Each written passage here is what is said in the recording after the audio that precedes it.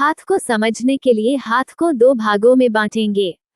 पहला भाग हाथ का पीछे वाला हिस्सा, दूसरा भाग हथेली का अंदरूनी हिस्सा। पहला भाग हाथ का पीछे वाला हिस्सा जो 3 हिस्सों में बंटा होता है। 1. हथेली का मुख्य भाग। 2. 4 उंगलियां। 3. अंगूठा। हथेली का मुख्य भाग कलाई से उंगलियों के जोड़ तक होती हैं। 4 उंगलियां, जिसमें 3 हिस्से होते हैं। अंगूठा, जिसमें 2 हिस्से होते हैं। उंगलियों के सिरों की नुकीली, कोणीय, चौकोर, चपटी आकृतियां होती हैं। जब सिरा पतला हो जाता है तो नुकीली। जब उंगली ऊपर जाकर शंकु जैसी हो तो कोणीय। जब सिरा और नीचे की चौड़ाई बराबर हो तो चौकोर। जब सिरा फैलकर चौड़ा हो जाता है तो चपटी। गांठें। उंगलियों में 2 और अंगूठे में एक मुख्य गांठ होती है। ये गांठें उंगली के जोड़ पर उभरी हुई होती हैं। इसमें महत्वपूर्ण बात यह है कि उंगलियों की सही आकृति, लंबाई और नाखून हाथ की पीठ से ही अच्छे से देखे जा सकते हैं। दूसरा भाग हथेली का अंदरूनी हिस्सा, जिसमें हमें पर्वत, रेखाएं, द्वीप और मैदान मिलते हैं।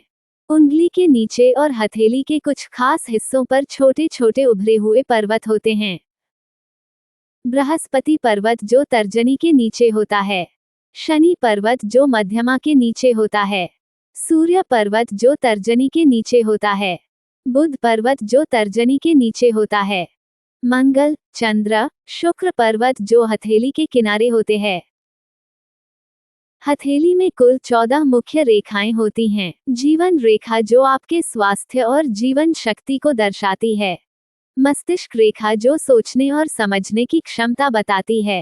हृदय रेखा जो भावनाएं और प्रेम से जुड़ी होती है। भाग्य रेखा जो आपकी किस्मत और करियर को दर्शाती है। सूर्य रेखा जो प्रसिद्धि और रचनात्मकता को दर्शाती है। स्वास्थ्य रेखा जो शरीर की स्थिति बताती है।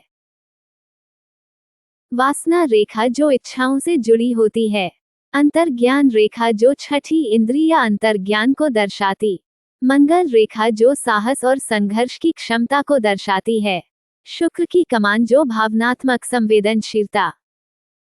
11 से 13 कलाई की रेखाएं से आयु और ऊर्जा का संकेत। विवाह रेखा जो संबंध और विवाह से जुड़ी जानकारी।